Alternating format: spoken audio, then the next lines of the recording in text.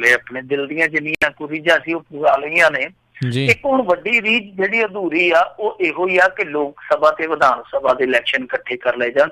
ਵੈਸੇ ਇਹਦੇ ਪਿੱਛੇ ਦੱਸਦੇ ਆ ਕਿ RSS ਦੀ ਇੱਕ ਸੋਚ ਆ, ਉਹ ਸੋਚ ਆ ਕਿ ਜੋ ਇਸ ਸਮੇਂ ਪੀਕ ਟਾਈਮ ਚੱਲਦਾ ਪਿਆ, ਹਾਲਾਂਕਿ ਪੀਕ ਟਾਈਮ ਜਿਹੜਾ ਉਹਦੀ ਪੀਕ ਲੀਕ ਹੋ ਗਈ ਆ, ਕਈ ਰਾਜਾਂ ਦੇ ਵਿੱਚ ਇਹਨਾਂ ਨੂੰ ਝਟਕਾ ਵੀ ਲੱਗਾ, ਪਰ ਬਾਵਜੂਦ ਇਸ ਦੇ ਕਿਉਂਕਿ ਬਹੁਤ ਥਾਵਾਂ ਤੇ ਭਾਰਤੀ ਜਨਤਾ ਪਾਰਟੀ ਝੰਡਾ ਗੱਡ ਚੁੱਕੀ ਆ, ਤਾਂ ਜੋ ਇਹਨਾਂ ਨੂੰ ਫਤਵਾ ਮਿਲਿਆ ਦੇਸ਼ ਦੇ ਮੇਰੇ ਖਿਆਲ ਦੇ ਨਾਲ 70-80% ਆਵਾਮ ਤੋਂ ਜਿਹੜਾ ਫਤਵਾ ਮਿਲਿਆ, ਤਾਂ ਉਹਨੂੰ ਕੈਸ਼ ਕਰਨ ਲਈ ਇਹ ਚਾਹੁੰਦੇ ਆ ਕਿ ਲੋਕ ਸਭਾ ਤੇ ਵਿਧਾਨ ਸਭਾ ਦੀਆਂ ਚੋਣਾਂ ਜਿਹੜੀਆਂ ਉਹ ਇਕੱਠੀਆਂ ਕਰ ਲਈਆਂ ਜਾਣ। ਖਾਸ ਤੌਰ ਤੇ ਕੁਛ ਸੂਬੇ ਇਹੋ ਜਿਹੇ ਆ ਜਿਨ੍ਹਾਂ ਦੇ ਵਿੱਚ ਅਸੀਂ ਰਾਜਸਥਾਨ ਗਿਣ ਸਕਦੇ ਹਾਂ, ਮੱਧ ਪ੍ਰਦੇਸ਼, ਕਿ ਇਹਨਾਂ ਨੂੰ ਕਿਸੇ ਤਰੀਕੇ ਦੇ ਨਾਲ ਇਸ ਜੁਗਤਬੰਦੀ ਚ ਲਿਆ ਕੇ ਫਾਇਦਾ ਕੱਟ ਲਿਆ ਜਾਵੇ ਜੀ। ਸੋ ਇਹਦੇ ਵਿੱਚ ਹੁਣ ਤੁਹਾਨੂੰ ਪਤਾ ਹੀ ਹੈ ਕਿ ਮਸਲਾ ਜਿਹੜਾ ਬੜਾ ਪਚੀਦਾ ਕਿਤੇ ਆ, ਕੁਛ ਸੰਵਿਧਾਨਕ ਸੋਧਾਂ ਹੋਣੀਆਂ ਨੇ।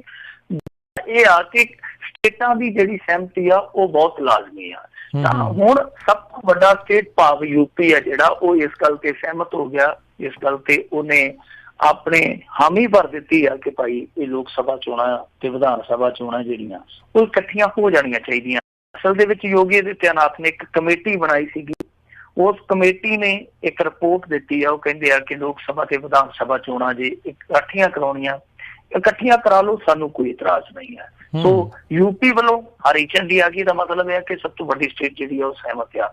ਹੁਣ ਫਾਰਮੂਲਾ ਜਿਹੜਾ ਕੱਢਿਆ ਜਾ ਰਿਹਾ, ਜੋ ਹਾਲੇ ਅਫੀਸ਼ੀਅਲੀ ਤੇ ਸਾਹਮਣੇ ਨਹੀਂ ਆ ਰਿਹਾ, ਜੋ ਇੱਕ ਅੰਦਾਜ਼ਾ ਹੈ, ਅੰਦਾਜ਼ਾ ਇਹੋ ਹੀ ਆ ਕਿ ਜੇਕਰ ਇਹ ਸਾਰੀ ਯੋਜਨਾ ਸਿਰੇ ਚੜ੍ਹਦੀ ਹੈ, ਸਾਰੀ ਸਕੀਮ ਨੇਪਰੇ ਚੜ੍ਹਦੀ ਆ, ਤੇ ਕੁਛ ਏਦਾਂ ਦਾ ਫਾਰਮੈਟ ਹੋ ਸਕਦਾ ਕਿ ਜਿੱਦਾਂ ਇੱਕ ਤਰੀਕ ਮਿੱਥੀ ਜਾਊਗੀ।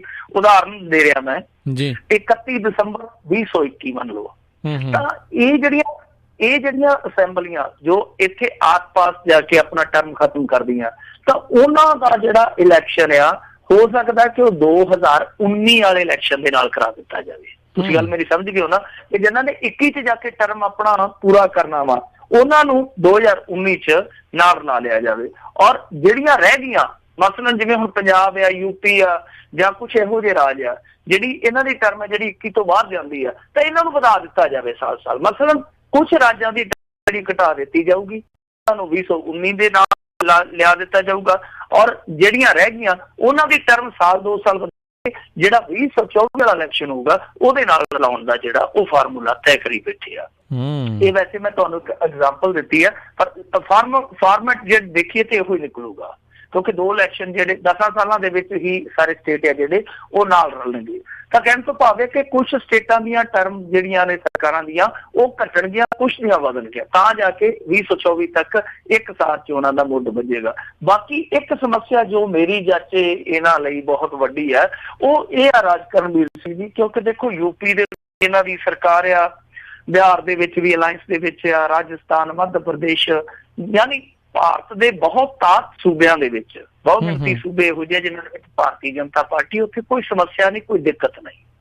ਤਾਂ ਦਿੱਕਤ ਕਿੱਥੇ ਆ ਸਕਦੀ ਹੈ, ਦੁਸ਼ਵਾਰੀ ਕਿੱਥੇ ਆ ਸਕਦੀ ਹੈ? ਪੱਛਮੀ ਬੰਗਾਲ, ਜੰਮੂ ਕਸ਼ਮੀਰ, ਤਾਮਿਲਨਾਡੂ, ਇਹ ਸਟੇਟਾਂ, ਖਾਸ ਤੌਰ ਤੇ ਕੇਰਲ ਵੀ ਗਿਣ ਲਓ, ਤਾਂ ਇਹ ਜਿਹੜੀਆਂ ਸਟੇਟਾਂ ਨੇ ਜਿੱਥੇ ਗੈਰ ਭਾਜਪਾ ਸਰਕਾਰਾਂ, ਉੱਥੋਂ ਇਹ ਕਿਸ ਤਰ੍ਹਾਂ ਸਹਿਮਤੀ ਲੈਣਗੇ, ਕਿਸ ਤਰੀਕੇ ਨਾਲ ਸਹਿਮਤੀ ਲੈਣਗੇ, ਇਹ ਇੱਕ ਬਹੁਤ ਵੱਡਾ ਸਵਾਲ ਆ। ਤੇ ਮੇਰੇ ਖਿਆਲ ਦੇ ਨਾਲ ਇਹ ਵੀ ਇੱਕ ਬਹੁਤ ਵੱਡਾ ਸਵਾਲ ਆ ਕਿ ਕੀ ਮੋਦੀ ਸਾਹਿਬ ਇਸ ਟਰਮ ਦੇ ਵਿੱਚ ਇਹ ਜਿਹੜਾ ਸੁਫਨਮਈ ਪ੍ਰੋਜੈਕਟ ਹੈ ਆਪਣਾ ਪੂਰਾ ਕਰ ਸਕਣਗੇ ਜਾਂ ਨਹੀਂ। ਵੈਸੇ ਕਈ ਪ੍ਰੋਜੈਕਟ ਤੇ ਪੂਰੇ ਕਰੀ ਜਾਂਦੇ ਆ, ਜਿਵੇਂ ਹੁਣ ਖਬਰ ਮਿਲ ਗਈ ਹੋਣੀ ਆ ਕਿ ਇੱਕ ਮੁਗਲ ਰਾਏ ਰੇਲਵੇ ਸਟੇਸ਼ਨ ਸੀਗਾ, ਉਹਦਾ ਨਾਮ ਵੀ ਬਦਲ ਦਿੱਤਾ। ਨਾਮ ਬਦਲਣ ਵਾਲਾ ਪ੍ਰੋਜੈਕਟ ਇਹਨਾਂ ਨੇ ਬਹੁਤ ਚਰਮ ਤੇ ਲਿਆਂਦਾ, ਤੇ ਲੋਕੀ ਕਹਿੰਦੇ ਇਹਨਾਂ ਦਾ ਵਾਅਦਾ ਹੋਵੇ ਤੇ ਜਿਹੜਾ ਦਾ ਨਾਮ ਵੀ ਬਦਲ ਕੇ ਰੱਖ ਦੇਣ, ਦੀਨ ਦਿਆਲ ਉਪਾਧਿਆਏ ਖੋਜਕ। ਸੋ ਇਹ ਨਾਮ ਵੀ ਬਦਲੀ ਜਾਂਦੇ ਆ, ਕਈ ਕੁਛ ਬਦਲ ਨੂੰ ਫਿਰਦੇ ਆ। ਤਾਂ ਜਿਹੜੀਆਂ ਇਹ ਚੋਣਾਂ ਹੁੰਦੀਆਂ ਜੋ ਕਿ ਮੇਰੇ ਖਿਆਲ ਦੇ ਨਾਲ ਆਜ਼ਾਦੀ ਤੋਂ ਲਗਭਗ 20 ਸਾਲ ਤੱਕ ਇਕੱਠੀਆਂ ਹੀ ਰਹੀਆਂ, ਉਸ ਤੋਂ ਬਾਅਦ ਵੀ ਅੱਡ-ਅੱਡ ਹੋਈਆਂ, ਤਾਂ ਇਹਨਾਂ ਨੂੰ ਇਕੱਠੀਆਂ ਕਰਨ ਦਾ ਵੀ ਜਿਹੜਾ ਇੱਕ ਪ੍ਰੋਜੈਕਟ ਇਹਨਾਂ ਦਾ ਹੋ ਸਕਦਾ ਨੇਪਰੇ ਚੜੇ। ਪਰ ਜੇ ਚੜ ਗਿਆ ਤਾਂ ਠੀਕ ਆ, ਜੇ ਇਹ ਸਰਕਾਰ ਮੰਨ ਲਓ ਪਲਟ ਜਾਂਦੀ, ਕੱਲ ਨੂੰ ਬਦਲ ਜਾਂਦੀ ਆ, ਤੇ ਫਿਰ ਉਹ ਜਿਵੇਂ ਪੰਜਾਬੀ ਦਾ ਮੁਹਾਵਰਾ ਨਾ, ਜਿੱਧਰ ਗਈ ਸੋਹਣੀ ਉੱਧਰ ਮਹੀਂਵਾਲ। ਇਹ ਪ੍ਰੋਜੈਕਟ ਹੈ ਜਿਹੜਾ ਮੇਰੇ ਖਿਆਲ ਦੇ ਨਾਲ ਠੰਡੇ ਬਸਤੇ ਚ ਪੈ ਜਾਊਗਾ। ਜੀ ਅਗਲੀ ਗੱਲ ਕਰਦੇ ਹਾਂ, ਬਦਲ ਜਾਵੇਗੀ 8ਵੀਂ ਤੱਕ ਫੇਲ ਨਾ ਕਰਨ ਦੀ ਨੀਤੀ? ਮੈਨੂੰ ਲੱਗਦਾ ਬਹੁਤ ਜ਼ਿਆਦਾ ਜ਼ਰੂਰਤ ਹੈ ਇਸ ਦੀ। ਬਿਲਕੁਲ, ਇਹਦੀ ਬਹੁਤ ਜ਼ਿਆਦਾ ਸੀਗੀ। ਦੇਖੋ ਸਾਡੇ ਦੇਸ਼ ਦੀ ਬਦਕਿਸਮਤੀ ਆ ਕਿ ਇੱਥੇ ਨੀਤੀਆਂ ਲਾਗੂ ਕਰਕੇ ਵੇਖਿਆ ਜਾਂਦਾ ਕਿ ਨੀਤੀ ਫੇਲ ਹੈ ਜਾਂ ਪਾਸ ਹੈ। ਪਹਿਲਾਂ ਨਹੀਂ ਉਹਨੂੰ ਘੋਖਿਆ ਜਾਂਦਾ ਕਿ ਇਹਦਾ ਰਿਜ਼ਲਟ ਕਿਸ ਤਰ੍ਹਾਂ ਨਿਕਲ ਸਕਦਾ, ਤੇ ਜੇ ਰਿਜ਼ਲਟ ਆਸ ਦੇ ਮੁਤਾਬਕ ਨਹੀਂ, ਨਕਾਰਾਤਮਕ ਨਿਕਲਦਾ, ਤਾਂ ਉਸ ਸੂਰਤ ਦੇ ਵਿੱਚ ਬਦਲ ਕੀ ਹੋਏਗਾ, ਇਹ ਕਦੇ ਨਹੀਂ ਸੋਚਿਆ ਜਾਂਦਾ, ਬਹੁਤ ਘੱਟ ਸੋਚਿਆ ਜਾਂਦਾ। ਸੋ ਇਸ ਪਾਲਿਸੀ ਦੇ ਵਿੱਚ ਵੀ ਇਹ ਖਾਮੀ ਨਜ਼ਰ ਆਈ ਕਿ ਬਹੁਤ ਦੇਰ ਪਹਿਲਾਂ ਪਤਾ ਲੱਗਿਆ ਸੀਗਾ ਕਿ ਇਹ ਜਿਹੜੀ ਪਾਲਿਸੀ ਲਿਆਂਦੀ ਗਈ ਹੈ ਰਾਈਟ ਟੂ ਐਜੂਕੇਸ਼ਨ ਵਾਲੀ, ਜਿਹਦੇ ਵਿੱਚ ਫੇਲ ਨਾ ਕਰਨ ਦੀ ਨੀਤੀ ਹੈ ਜਿਹੜੀ, ਉਹ ਇੱਕ ਪਵਾੜਾ ਬਣ ਗਈ ਹੈ। ਪਰ ਬਾਵਜੂਦ ਇਸ ਦੇ ਇਹਨੂੰ ਸੁਧਾਰਨ ਲਈ ਬਹੁਤ ਵਕਤ ਲੈ ਲਿਆ ਗਿਆ। ਸੋ ਇੰਨਾ ਵਕਤ ਲੈ ਲਿਆ ਗਿਆ ਕਿ ਕਈਆਂ ਦੀ ਤਕਦੀਰ ਨੂੰ ਵਕਤ ਪੈ ਗਿਆ। ਹੁਣ ਦੱਸਦੇ ਆ ਕਿ ਜੋ HRD ਮਿਨਿਸਟਰੀ ਆ ਉਹਨੇ ਧਾਰ ਲਿਆ ਕਿ ਇਹ 8ਵੀਂ ਤੱਕ ਫੇਲ ਨਾ ਕਰਨ ਦੀ ਜਿਹੜੀ ਨੀਤੀ ਆ, ਹੁਣ ਇਸ ਨੀਤੀ ਨੂੰ ਪਾਸੇ ਕਰ ਦਿਓ। ਔਰ ਜਿਹੜੀ ਨਵੀਂ ਨੀਤੀ ਲਿਆਂਦੀ ਜਾ ਰਹੀ ਹੈ ਉਹਦੇ ਵਿੱਚ ਇਹ ਆ ਕਿ 5ਵੀਂ ਤੇ 8ਵੀਂ, ਜਿਵੇਂ ਅੱਗੇ ਹੁੰਦਾ ਸੀ ਆਪਣੇ ਸਕੂਲਾਂ ਦੇ ਵਿੱਚ ਕਿ 5ਵੀਂ ਤੇ 8ਵੀਂ ਤੱਕ ਜੋ ਨਾ ਫੇਲ ਕਰਨ ਵਾਲੀ ਨੀਤੀ ਸੀ ਉਹਨੂੰ ਬਦਲ ਕੇ ਏਦਾਂ ਕਰ ਦਿੱਤਾ ਜਾਊਗਾ ਕਿ 5ਵੀਂ ਦੇ ਵਿੱਚ ਵੀ ਫੇਲ ਹੋ ਸਕਦਾ ਬੱਚਾ ਤੇ 8ਵੀਂ ਦੇ ਵਿੱਚ ਵੀ ਫੇਲ ਹੋ ਸਕਦਾ ਜੀ। ਯਾਨੀ ਉਹ ਜਿਹੜਾ ਫੇਲ ਵਾਲਾ ਡਰ ਆ ਉਹ ਪਾਇਆ ਜਾਊਗਾ ਬੱਚੇ ਨੂੰ। ਪਰ ਇਹਦੇ ਵਿੱਚ ਬੱਚਿਆਂ ਲਈ ਇੱਕ ਆਪਸ਼ਨ ਰੱਖਿਆ ਗਿਆ ਜਿਹੜਾ ਕਿ ਪਹਿਲਾਂ ਨਹੀਂ ਸੀ ਹੁੰਦਾ।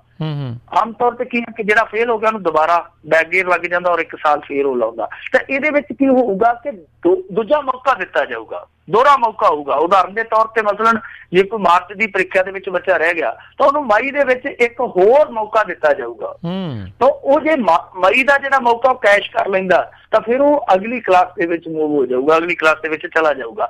ਪਰ ਜੇ ਉਹ ਮਈ ਵਾਲਾ ਮੌਕਾ ਵੀ ਖੁਜਾ ਦਿੰਦਾ ਤਾਂ ਫਿਰ ਉਹਨੂੰ ਬੈਕ ਗੇਅਰ ਲਾਉਣਾ ਪਊਗਾ ਔਰ ਦੂਸਰੀ ਕਲਾਸ ਦੇ ਵਿੱਚ 1 ਸਾਲ ਪੂਰਾ ਕਰਨਾ ਪਊਗਾ। ਸੋ ਆਉਣ ਵਾਲੇ ਸੈਸ਼ਨ ਦੇ ਵਿੱਚ, ਕਿਉਂਕਿ ਆਹ ਸੈਸ਼ਨ ਤੇ ਹੁਣ ਚਲੇ ਗਿਆ 18-19 ਵਾਲਾ ਸੈਸ਼ਨ ਤੇ ਜਿਹੜਾ ਏਦਾਂ ਹੀ ਜਾਊਗਾ, 19-20 ਵਾਲਾ ਜਿਹੜਾ ਸੈਸ਼ਨ ਹੈ ਹੋ ਸਕਦਾ ਕਿ ਇਸ ਫਾਰਮੂਲੇ ਦੇ ਤਹਿਤ ਕਿ 5ਵੀਂ ਤੇ 8ਵੀਂ ਦੇ ਵਿੱਚ ਬੱਚੇ ਆ ਜਿਹੜੇ ਫੇਲ ਕੀਤੇ ਜਾਣਗੇ, ਇਸ ਫਾਰਮੂਲੇ ਦੇ ਤਹਿਤ ਲਾਗੂ ਹੋ ਜਾਵੇਗਾ। ਪਰ ਇੱਥੇ ਸਭ ਤੋਂ ਵੱਡਾ ਸਵਾਲ ਤੇ ਇਹੋ ਹੀ ਆ ਨਾ ਕਿ ਜਿਨ੍ਹਾਂ ਬੱਚਿਆਂ ਦੀ ਜ਼ਿੰਦਗੀ ਖਰਾਬ ਹੋ ਗਈ, ਜਿਨ੍ਹਾਂ ਬੱਚਿਆਂ ਦਾ ਕੈਰੀਅਰ ਖਰਾਬ ਹੋ ਗਿਆ ਇਸ ਨੀਤੀ ਕਰਕੇ, ਉਹਨਾਂ ਦਾ ਕੀ ਬਣੂਗਾ?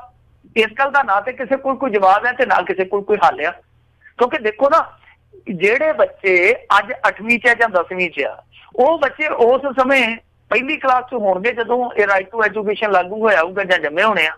ਤਾਂ ਉਹ ਜਿਹੜੀ ਪੀੜ੍ਹੀ ਆ ਜਿਹੜੀ ਇਹਦਾ ਸ਼ਿਕਾਰ ਹੋਈ ਆ, ਉਹਦਾ ਕੋਈ ਹੱਲ, ਉਹਦੇ ਵਾਸਤੇ ਕੋਈ ਇਹਨਾਂ ਨੇ ਕੋਈ ਵੱਖਰਾ ਫਾਰਮੂਲਾ ਲਿਆਂਦਾ ਹੋਵੇ, ਉਹ ਮੈਨੂੰ ਲੱਗਦਾ ਕਿ ਨਹੀਂ।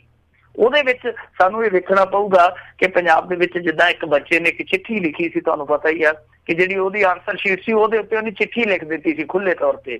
ਉਹਨੇ ਲਿਖਿਆ ਸੀਗਾ, ਕਹਿੰਦਾ ਕਿ ਹੁਣ ਤੁਸੀਂ ਅੰਗਰੇਜ਼ੀ ਦਾ ਪੁੱਛਦੇ ਆ ਕਿ ਆਹ ਕੀ ਹੁੰਦਾ, ਉਹ ਕੀ ਹੁੰਦਾ, ਕਿ 8ਵੀਂ ਤੱਕ ਤੇ ਤੁਸੀਂ ਸਾਨੂੰ ਪੁੱਛਿਆ ਹੀ ਨਹੀਂ ਕਿ ਭਾਈ ਤੁਸੀਂ ਸਕੂਲੇ ਆਉਣੇ ਹੋ ਜਾਂ ਨਹੀਂ ਆਉਣੇ। ਹੁਣ ਅਸੀਂ ਸਵਾਲ ਲਿਖੀਏ ਤੇ ਅੰਗਰੇਜ਼ੀ ਚ ਸਾਨੂੰ ਕੀ ਆਉਂਦਾ। ਸੋ ਹੁਣ ਹੱਥ ਜੋੜ ਕੇ ਬੇਨਤੀ ਹੈ ਕਿ ਜਿੱਦਾਂ 8ਵੀਂ ਚ ਆ ਕੇ ਤੁਸੀਂ ਪਾਸ ਕਰਤਾ ਸੀਗਾ ਨਾ, ਉਹਦਾ ਇੱਕ ਕੰਮ ਕਰੋ ਕਿ ਧੱਕਾ ਮਾਰ ਦਿਓ, ਗਾਂ ਤੁਰੇ ਚੱਲਾਂਗੇ। ਜੀ ਜੀ ਜੀ। ਅਗਲੀ ਜਿਹੜੀ ਆਪਾਂ ਗੱਲ ਕਰਦੇ ਹਾਂ, ਘੱਲੂਘਾਰੇ ਦਿਵਸ ਨੂੰ ਸਿੱਖ ਕੌਮ ਨੇ ਸ਼ਿੱਦਤ ਨਾਲ ਯਾਦ ਕੀਤਾ। ਦੇਖੋ, ਸ਼ਿੱਦਤ ਦੇ ਨਾਲ ਯਾਦ ਕੀਤਾ ਤੇ ਤੁਹਾਨੂੰ ਪਤਾ ਹੀ ਹੈ ਕਿ ਸਿੱਖ ਕੌਮ ਕਰਦੀ ਹੈ, ਚਾਹੇ ਜਿੱਥੇ ਮਰਜ਼ੀ ਕੋਈ ਸਿੱਖ ਬੈਠਾ ਹੋਵੇ, ਉਹ ਦਿਲ ਦੀ ਗਹਿਰਾਈ ਤੋਂ ਇਸ ਪੀੜ ਨੂੰ ਮਹਿਸੂਸ ਕਰਦਾ। ਸੋ ਇਹ ਸੋਗਮਈ ਦਿਹਾੜਾ, ਪਰ ਫਿਰ ਵੀ ਅੱਜ ਕੁਛ ਮੌਕੇ ਤੇ ਇੱਕ ਵੇਲੇ ਤੇ ਇਹ ਲੱਗਦਾ ਸੀਗਾ ਕਿ ਫੇਰ ਉਹ ਜਿਵੇਂ 2-3 ਸਾਲ ਪਹਿਲਾਂ ਵਾਪਰਿਆ ਸੀਗਾ ਕਿ ਉਹ ਭਾਣਾ ਵਾਪਰ ਜਾਣਾ। ਪਰ ਫਿਰ ਵੀ ਕੁਛ ਕੁ ਚੀਜ਼ ਨੂੰ ਛੱਡ ਕੇ, ਇੱਕ ਮਾਮੂਲੀ ਝੜਪ ਨੂੰ ਛੱਡ ਕੇ ਜੇ ਆਪਾਂ ਓਵਰਆਲ ਦੇਖੀਏ ਤੇ ਸਭ ਕੁਛ ਹੈ ਜਿਹੜਾ ਸੁੱਖ ਸਾਂਦ ਨਾਲ ਨੇਪਰੇ ਚੜ ਗਿਆ। ਕਿਉਂਕਿ ਹੋਇਆ ਉੱਥੇ ਇਹ ਆ ਕਿ ਹਮੇਸ਼ਾ ਵਾਂਗ ਜਿੱਦਾਂ ਪਿਛਲੇ 4-5 ਸਾਲ ਤੋਂ ਲਗਾਤਾਰ ਚੱਲਦਾ ਪਿਆ ਕਿ ਅਕਾਲ ਤਖ਼ਤ ਦਾ ਜਥੇਦਾਰ ਜਦੋਂ ਸੰਦੇਸ਼ ਪੜ੍ਹਦਾ ਤੇ ਉਦੋਂ ਹੂਟਿੰਗ ਹੋ ਜਾਂਦੀ ਹੈ, ਨਾਅਰੇਬਾਜ਼ੀ ਹੋ ਜਾਂਦੀ ਹੈ, ਤਾਂ ਉਹਦਾ ਮਾਹੌਲ ਕਈ ਵਾਰ ਬੜਾ ਹੁੰਦਾ। ਅੱਜ ਵੀ ਇਸੇ ਤਰ੍ਹਾਂ ਹੀ ਹੋਇਆ। ਇਹ ਤੇ ਇੱਕ ਤਰ੍ਹਾਂ ਨਾਲ ਹੁਣ ਰਵਾਇਤ ਹੀ ਬਣੀ ਪਈ ਆ। ਜਦੋਂ ਨਾਅਰੇਬਾਜ਼ੀ ਕੀਤੀ ਗਈ ਆ, ਖਾਲਿਸਤਾਨ ਪੱਖੀ ਲੋਕਾਂ ਨੇ ਉੱਥੇ ਜਦੋਂ ਜੰਮ ਕੇ ਨਾਅਰੇਬਾਜ਼ੀ ਕੀਤੀ, ਉਹ ਜਿਹੜੀ ਟਾਸਕ ਫੋਰਸ ਸੀ ਉਹਦੇ ਨਾਲ ਮਾਮੂਲੀ ਝੜਪ ਵੀ ਹੋਈ ਆ। ਇੱਕ ਦੱਸਦੇ ਆ ਕਿ ਸਿੱਖ ਦੀ ਦਸਤਾਰ ਵੀ ਉਤਰੀ ਆ। ਹੁਣ ਬਹੁਤੀਆਂ ਰਿਪੋਰਟਾਂ ਤੇ ਹੈ ਨਹੀਂ ਗੀਆਂ, ਤਫਸੀਲ ਪੂਰਵਕ ਰਿਪੋਰਟਾਂ ਤੇ ਜਿਹੜੀਆਂ ਸਵੇਰੇ ਛਪਣਗੀਆਂ ਅਖਬਾਰਾਂ 'ਚ। ਚੀਜ਼ ਨੂੰ ਜੇ ਛੱਡ ਦਈਏ ਤਾਂ ਬਾਕੀ ਸਭ ਕੁਛ ਹੈ ਜਿਹੜਾ ਉਹ ਅਮਨ ਅਮਾਨ ਦੇ ਨਾਲ ਨੇਪਰੇ ਚੜ ਗਿਆ। ਹਾਲਾਂਕਿ ਫਗਵਾੜੇ ਦੇ ਵਿੱਚੋਂ ਤੇ ਇਹ ਵੀ ਖਬਰ ਆਈ ਹੈ ਕਿ ਦਲਿਤਾਂ ਨੇ, ਮੁਸਲਮਾਨਾਂ ਨੇ, ਇਹਨਾਂ ਨੇ ਰਲ ਕੇ ਸਿੱਖ ਕੌਮ ਦੇ ਨਾਲ ਇੱਕ ਸੋਗਮਈ ਦਿਹਾੜਾ ਜਿਹੜਾ ਮਨਾਇਆ। ਪਰ ਦੂਸਰੇ ਪਾਸੇ ਇੱਕ ਚੀਜ਼ ਹੋਰ ਬੜੀ ਵੇਖਣ ਨੂੰ ਮਿਲੀ ਆ ਕਿ ਮਾਨ ਸਾਹਿਬ ਜਿਹੜੇ ਸੀਗੇ ਅੱਜ, ਉਹਨਾਂ ਦੇ ਜਿਹੜੇ ਸੁਰ ਸੀਗੇ ਉਹ ਥੋੜੇ ਜਿਹੇ ਢਿੱਲੇ ਸੀਗੇ, ਜਿਵੇਂ ਆਮ ਤੌਰ ਤੇ ਤੁਹਾਨੂੰ ਪਤਾ ਕਿ ਉਹਨਾਂ ਦੇ ਸੁਰ ਬੜੇ ਤਿੱਖੇ ਹੁੰਦੇ ਆ, ਸੁਰ ਥੋੜੇ ਜਿਹੇ ਉਹਨਾਂ ਦੇ ਨਰਮ ਸੀਗੇ, ਤਾਂ ਹੀ ਅੱਜ ਗਿਆਨੀ ਗੁਰਬਚਨ ਸਿੰਘ ਨੇ ਉਹਨਾਂ ਦੀ ਸਿਫਤ ਵੀ ਕੀਤੀ ਆ। ਉਹਦਾ ਗਿਆਨੀ ਗੁਰਬਚਨ ਸਿੰਘ ਉਹ ਨਾਅਰੇ ਲਾਉਣ ਵਾਲਿਆਂ ਨੂੰ ਕਿ ਨਾਅਰੇ ਨਹੀਂ ਲੱਗਣੇ ਚਾਹੀਦੇ, ਗੁਰੂ ਘਰ ਦੇ ਵਿੱਚ ਕੀਰਤਨ ਹੁੰਦਾ, ਸੋ ਨਾਅਰੇ ਲਾਉਣ ਦੀ ਜਿਹੜੀ ਇਹ ਪਰੰਪਰਾ ਗਲਤ ਆ।